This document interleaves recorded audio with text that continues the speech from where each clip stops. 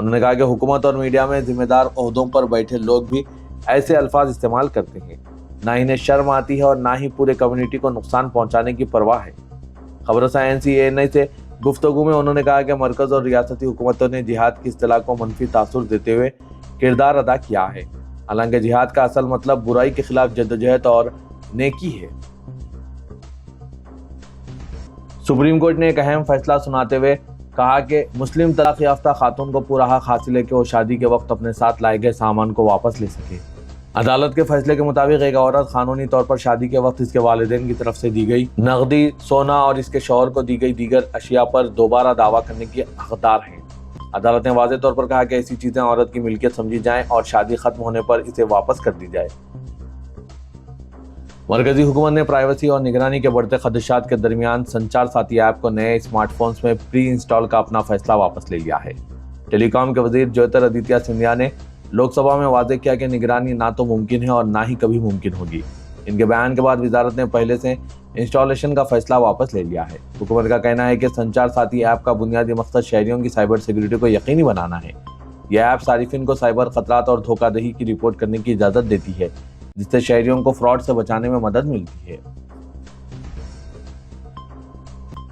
اتر پردیش کے وزیر اعلیٰ یوگی آدتیہ ناتھ کی ہدایت پر ریاست میں رہنے والے غیر قانونی بنگلہ دیشی اور روہنگیا باشندوں کی شناخت کے لیے ایک بڑے اور منظم آپریشن کا آغاز کر دیا گیا۔ حکومت نے ریاست کے سبھی 17 میونسپل کارپوریشنوں کو فوری طور پر اپنے اپنے علاقوں میں کام کرنے والے ایسے تمام افراد کی تفصیلی فہرست تیار کرنے کا حکم جاری کیا گیا ہے جن کے دستاویزات مشکوک یا غیر قانونی ہوں۔ سرکاری حکم کے مطابق ہر نگر نگم اپنے دائرہ کار میں موجود تمام روہنگیا اور بنگلہ دیشی شہریوں کی الگ فہرست تیار کرے گا۔ یہ فہرست متعلقہ کمشنر اور IG رینک کے افسران کو سونپی جائے گی، جس کے بعد مزید قانونی اور انتظامی کارروائی شروع کی جائے گی۔ غیر قانونی رہائش پذیر افراد کی شناخت اور ان کے ممکنہ انخلاء تک انہیں محفوظ طور پر رکھنے کے لیے وزیر اعلیٰ نے ہر کمشنری میں ڈیٹینشن سینٹر قائم کرنے کی ہدایت بھی جاری کی ہے۔ کانگریس کے رکن پارلیمنٹ عمران پرتاپ گری نے شملہ کی سنجولی مسجد کے انہدام پر فی الحال روک لگانے کے عدالت کے فیصلے کا خیر مقدم کرتے ہوئے منتظمہ کمیٹی کو مبارکباد پیش کی۔ منتظمہ کمیٹی کے صدر عبداللطیف نے بھی اس سلسلے میں عمران پرتاپ گری کی کوششوں کو سراہا اور کہا کہ اس معاملے میں انہوں نے بڑی مدد اور حوصلہ افزائی کی ہے۔ جب یہ تنازع شروع ہوا تھا تو سنجولی مسجد انتظامیہ کمیٹی نے دہلی میں آل انڈیا کانگریس کمیٹی کے اقلیتی شعبے کے قومی صدر اور رکن پارلیمنٹ عمران پرتاپ گری سے ملاقات کر کے اپنے پریشانیوں سے آگاہ کیا تھا۔ عمران پرتاپ گری مسجد کمیٹی کے عہدیداروں کے ساتھ کانگریس کے سینئر رہنما KC وینوگوپال سے بھی ملے اور ریاست کا ماحول خراب ہونے سے روکنے کے لیے مداخلت کی اپیل کی۔ عمران پرتاپ گری نے کہا ہے کہ اس کے بعد پارٹی نے ہماچل پردیش کے وزیر اعلیٰ کو امن و امان برقرار رکھنے کی ہدایت دی تھی۔ انہوں نے امید ظاہر کی کہ عدالت مسجد کے حق میں فیصلہ سنائے گی اور مسجد اسی طرح آباد رہے گی۔ تلنگانہ کے وزیر اعلیٰ ریونت ریڈی نے نئی دہلی میں وزیر اعظم نریندر مودی سے ملاقات کی اور تلنگانہ رائزنگ 2047 گلوبل سمٹ میں شرکت کی دعوت دی۔ بھارت فیوچر سٹی میں 8 اور 9 دسمبر کو منعقد ہونے والی گلوبل سمٹ کا دعوت نامہ پیش کرتے ہوئے وزیر اعلیٰ نے وزیر اعظم کو ایونٹ کی تفصیلات سے واقف کرایا۔ اس موقع پر ڈپٹی چیف منسٹر ملو بھٹی وکرامارکا اور کانگریس کے ارکان پارلیمنٹ بھی موجود تھے۔ وزیر اعلیٰ اور ڈپٹی چیف منسٹر نے وزیر اعظم کی شال پوشی کی اور گلدستہ پیش کیا۔ پارلیمنٹ میں موجود وزیر اعظم کے دفتر میں ہوئی اس ملاقات میں چیف منسٹر نے وزیر اعظم کو گلوبل سمٹ کا لوگو حوالے کیا۔ تلنگانہ کے وزیر اعلیٰ ریونت ریڈی نے اعلان کیا کہ بہت جلد ریاست میں مزید 40,000 جائیدادوں پر تقررات کیے جائیں گے۔ حکومت کے 2 سال کی تکمیل کے ضمن میں دورے اضلاع کے تحت ریونت ریڈی نے کریم نگر ضلع کے حسن آباد اسمبلی حلقے کا دورہ کیا۔ وزیر اعلیٰ نے 262 کروڑ کی لاگت سے مختلف ترقیاتی کاموں کا سنگ بنیاد رکھا۔ اس موقع پر جلسہ عام سے خطاب کرتے ہوئے ریونت ریڈی نے کہا کہ علیحدہ تلنگانہ تحریک میں کریم نگر ضلع نے اہم رول ادا کیا ہے۔ سونیا گاندھی نے کریم نگر میں عوام سے علیحدہ تلنگانہ ریاست کی تشکیل کا وعدہ کیا تھا اور اس وعدے کی تکمیل کرتے ہوئے نئی ریاست تشکیل دی ہے۔ انہوں نے کہا کہ تلنگانہ تحریک میں طلبہ اور نوجوانوں کی قربانیوں کا احترام کرتے ہوئے کانگریس حکومت نے اقتدار کے پہلے سال 60,000 جائیدادوں پر تقررات کیے۔ انہوں نے کہا کہ حکومت کے 2 سال کی تکمیل تک جملہ 1 لاکھ جائیدادوں پر تقررات مکمل کر لیے جائیں گے۔ سیکریٹری اقلیتی بہبود بی شفیع اللہ IFS نے مدینہ منورہ بس تھانے میں بچ گئے نوجوان محمد عبدالشعیب سے جھرے میں واقع خیمگاہ پہنچ کر ملاقات کی۔ انہوں نے شعیب کی صحت اور علاج کے بارے میں دریافت کیا۔ اس سانحے میں شعیب کے والدین اور نانا جاں بحق ہوئے۔ شعیب نے بی شفیع اللہ کو سانحے کی تفصیلات اور مدینہ منورہ ہاسپٹلز میں علاج سے واقف کرایا اور مؤثر انتظامات پر اظہار تشکر کیا۔ شعیب کے ارکان خاندان نے حکومت کی جانب سے شعیب کو ملازمت فراہم کرنے کی درخواست کی، جس پر بی شفیع اللہ نے تلنگانہ اقلیتی اقامتی اسکول سوسائٹی میں آؤٹ سورسنگ ملازمت فراہم کرنے کا تیقن دیا ہے۔ شعیب کے مکمل علاج کے لیے حکومت کی جانب سے ہر ممکن تعاون کا بھی یقین دلایا گیا۔ پرانے شہر حیدرآباد کے علاقے میں پیش آئے ایک ہولناک واقعے میں 2 نوجوان پراسرار طور پر آٹو رکشے میں مردہ پائے گئے۔ اس واقعے کے بعد چندن گٹا علاقے میں خوف و سنسنی پھیل گئی۔ بتایا جا رہا ہے کہ آٹو سے انجیکشن بھی برآمد ہوئے ہیں۔ سمجھا جا رہا ہے کہ انجیکشن کے استعمال کے سبب نوجوان ہلاک ہو گئے۔ اطلاع کے بعد پولیس مقام واردات پہنچی اور حالات کا جائزہ لیا۔ تفصیلات کے مطابق چہارشنبے کی صبح ایک ہوٹل کے قریب آٹو سے 24 سالہ جہانگیر اور 25 سالہ عرفان کی نعشوں کو برآمد کیا گیا۔ اس وقت ان دونوں نوجوانوں کے ہمراہ ایک اور شخص موجود تھا جس کو کیمروں کی مدد سے پولیس نے حراست میں لے لیا۔ مقام واردات سے پولیس نے شواہد کو اکٹھا کیا اور ان مشتبہ انجیکشن کو جانچ کے لیے لیب روانہ کر دیا گیا۔ کلوز ٹیم نے بھی مقام واردات کی مکمل جانچ کی۔ ہوا ہے کہ مہلوک نوجوان نشے کے عادی تھے اور انہوں نے انجیکشن میں اوور ڈوز لیا تھا۔ باوسط رائے کے مطابق جس کی پولیس نے بھی توثیق کی ہے، آٹو میں پائے گئے انجیکشن جو شبہ ہے کہ نوجوانوں نے استعمال کیا ہے، یہ انجیکشن درد کو ختم کرنے کے پین کلر ہیں اور ان کے اوور ڈوز ہونے پر ہی جان کو خطرہ لاحق ہو سکتا ہے۔ نوجوان نسل کو نشے کی لعنت سے بچانے کے لیے بستی سطح پر شعور بیداری اور سماج سدھار کے مؤثر اقدامات ضروری ہو گئے ہیں۔ اس سلسلے میں اے سی پی چندن گٹا سدھاکر نے بتایا کہ آٹو سے 2 انجیکشن برآمد ہوئے جو پین کلر کے انجیکشن بتائے گئے۔ اوور ڈوز ہونے کے سبب ان کی موت واقع ہونے کا شبہ ہے اور ابتدائی تحقیقات میں یہ بات سامنے آئی ہے، تاہم قطعی طور پر میڈیکل رپورٹ کے بعد ہی وجہ بتائی جا سکتی ہے۔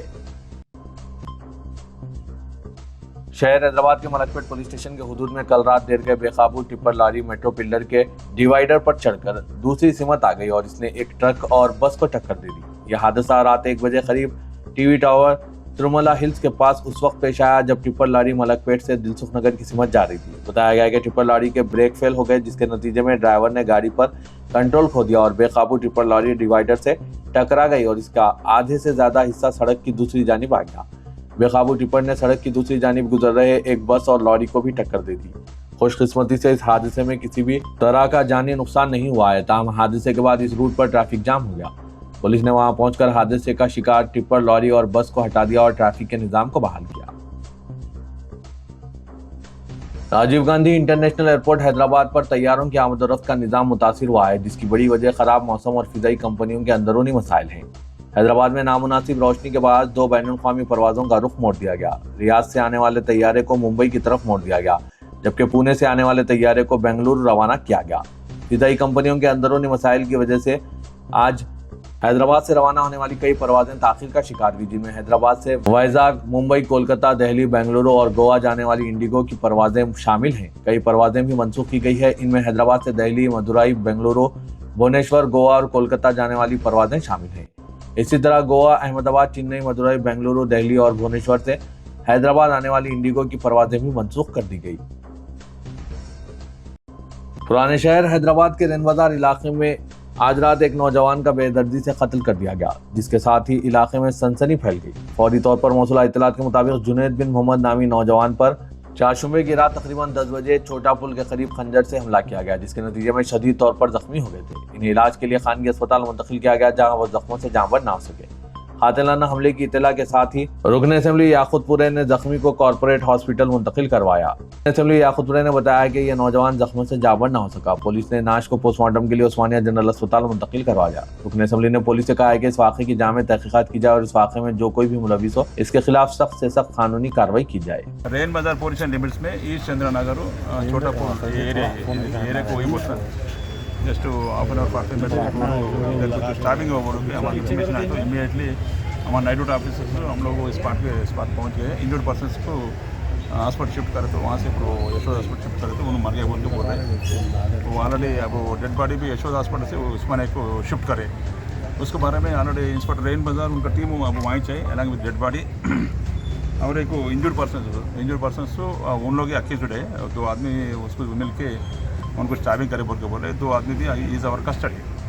ایکچولی انٹراگیشن میں پورا معلوم ہوتا کئی کے واسطے یہ لڑائی ہوا، کئی کے واسطے ان لوگ اسٹابنگ کرے بول کے، اور ایک یہ بھی معلوم ہوا ان لوگ پورا اور رشتہ دار ہے۔ تو تلنگانہ اور ماریشس کے درمیان تجارتی و صنعتی تعلقات میں استحکام کے لیے کام کیا جائے گا اور ماریشس میں روزگار کے موقع کے علاوہ ماریشس کے صنعت کاروں کی حیدرآباد و تلنگانہ میں سرمایہ کاری کے سلسلے میں اقدامات کو یقینی بنانے کے اقدامات کیے جائیں گے۔ جونیئر وزیر برائے امور خارجہ و بین الاقوامی تجارت ماریشس